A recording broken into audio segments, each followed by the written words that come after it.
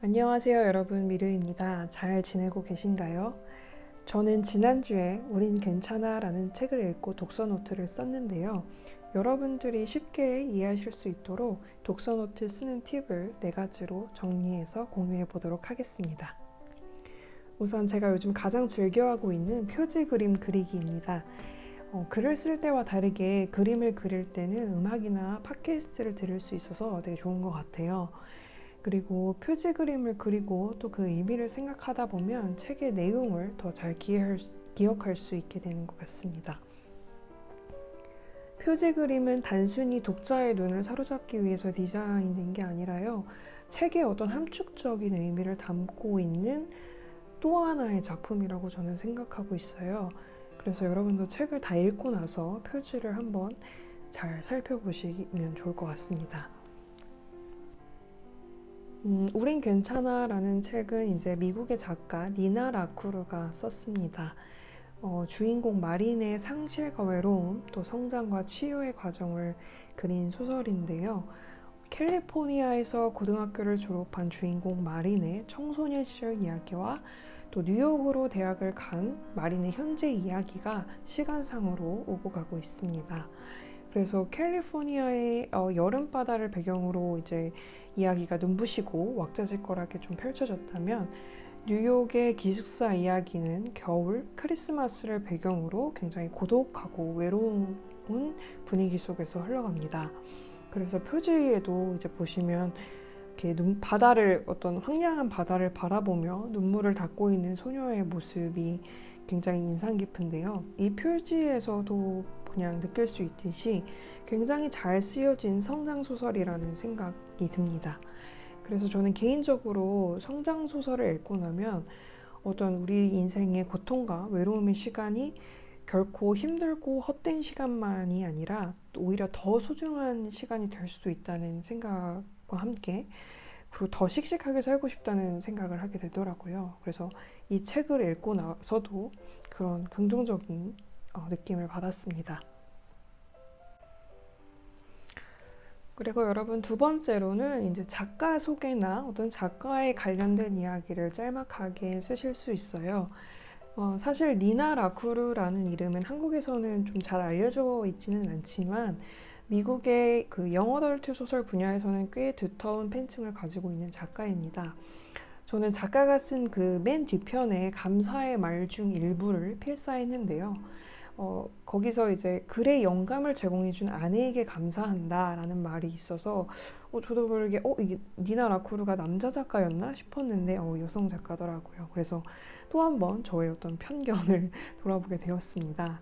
그래서 니나 라쿠르는 오픈 퀴어 작가고요. 그래서인지 이제 소설 속에서 마린과 메이블이라는 이 두 여성의 관계를 굉장히 섬세하고 예민하게 묘사하고 있습니다.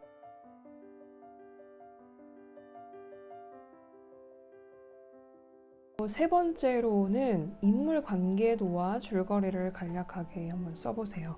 제가 독서 초보분들께 간단히 팁을 드리자면, 책 앞부분에 등장하는 어떤 인물의 이름과 간략한 특징을 연습장에 메모를 하시면서 읽으면 되게 좋아요. 책 앞부분에 3, 40페이지까지는 저는 의식적으로 좀 천천히 읽으려고 하는 편이에요. 그 어떤 소설의 장소나 시간적 배경을 좀 머릿속으로 그려보고, 또 등장인물이 지금 어떤 상황에 처해 있는지, 또 주변 인물과 이 주인공은 어떤 관계인지 처음에 이렇게 정확하게 파악을 하려고 해요. 그래서 초반에만 잘 집중을 하면 뒷부분은 보통 술술 읽히게 됩니다. 그래서 이 소설을 읽으실 분들을 위해서 제가 간단하게 캐릭터 소개를 해드리자면, 일단 주인공 마린 딜레이니라는 인물이 있습니다. 그래서 이 소설은 이제 대학교 기숙사에서 시작을 해요. 12월 겨울방학이고 이제 기숙사의 학생들이 모두 집으로 돌아가는데, 이제 이 주인공 마리는 어떤 그 이유로 집으로 돌아가지 못하고 홀로 기숙사에 남아있게 됩니다. 이때 이제 고등학교 때 서로 깊은 관계를 맺었던 메이블이라는 친구가 이 혼자 남아있는 마린을 보기 위해서 LA에서 날아오게 되죠. 둘이 함께 보내는 이 나흘의 겨울 이야기가 굉장히 따뜻하고 감동적으로 전개되고 있고요. 이제 중간중간 이제 캘리포니아의 과거 이야기를 하고 있습니다. 사실 메이블과의 관계도 굉장히 중요하지만 이 소설에서는 이제 마린의 가족 이야기, 특히 외할아버지와의 관계가 정말 중요한데요. 일단 가족 이야기를 좀 더 해보자면 이 마린의 아빠는 마린의 존재를 모릅니다. 호주 어디쯤에 살고 있다는 것만 알고 있고, 그러니까 엄마의 이름은 이제 잠깐 나오는데 등장하진 않고 클레어라는 이름의 이제 서퍼였어요. 이제 이렇게 파도를 잘 타는, 그래서 굉장히 그 일대에서는 유명한 사람이었던 것 같아요. 근데 이제 그 바다가 워낙 험난하다 보니까 이게 서핑을 하다가 불의의 사고로 마린이 3살 때 목숨을 잃었고, 그래서 마린은 외할아버지와 단둘이 살아가게 됩니다. 그래서 보면 외할아버지는 이제 딸을 잃은 거잖아요. 그 딸을 잃은 상실감, 상심을 이제 좀 꾹꾹 누르고 손녀 마린을 홀로 이제 키우셨고, 마린은 그런 할아버지를 세상 누구보다도 사랑하면서 또 한편으로는 내가 아니었다면 할아버지는 그 엄마의 흔적이 남아있는 이곳을 떠날 수 있었을 텐데 하는 죄책감을 느끼기도 합니다.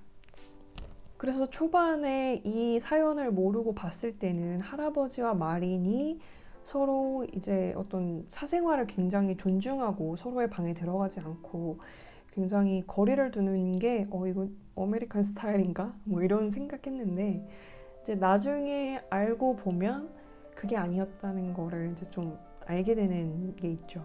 그래서 제가 요즘에 아는 건 별로 없지만 가족입니다 라는 드라마를 엄청 재밌게 보고 있는데, 정말 가족이야말로 너무 잘 안다고 생각하기 때문에 오히려 더 모르게 되는 것 같아요.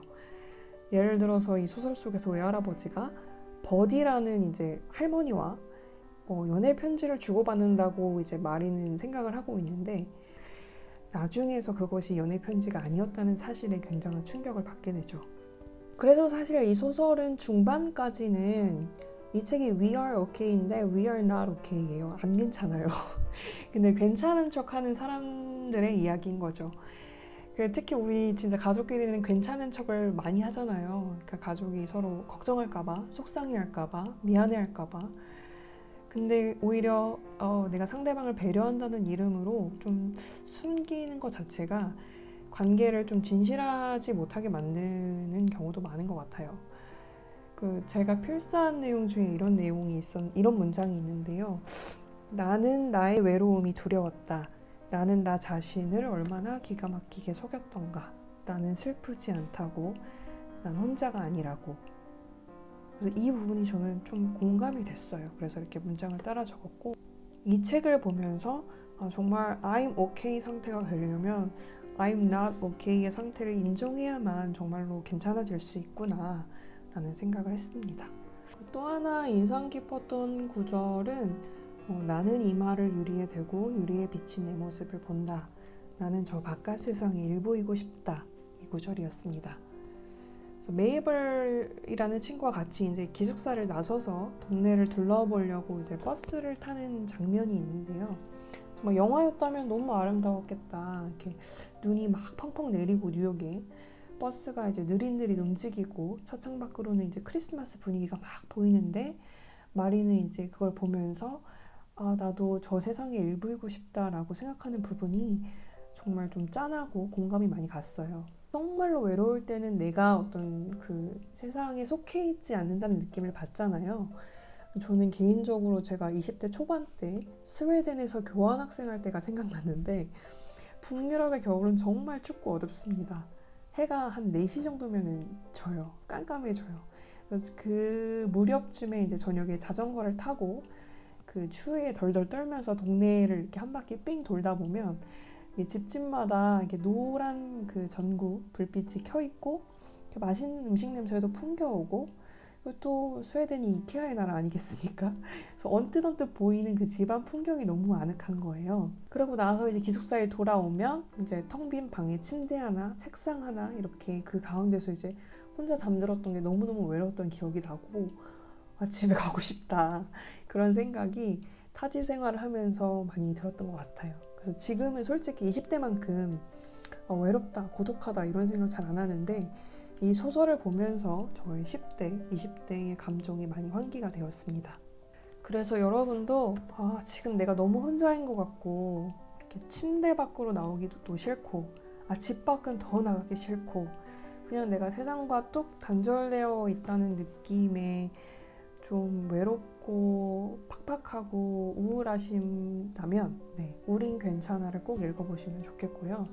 또 그런 감정 속에 있지 않다고 해도 이 책을 읽으면 이제 상실감이나 외로움 때문에 힘들어하는 누군가를 이제 위로하고 곁에 있어주는 방법에 대해서도 좀 고민하고 알 수 있게 되거든요. 그래서 읽어보시고 독서노트도 한번 써보시면 좋겠습니다. 네. 오늘 독서노트는 여기까지고요. 또 다음 영상에서 새로운 책으로 또 돌아오도록 하겠습니다.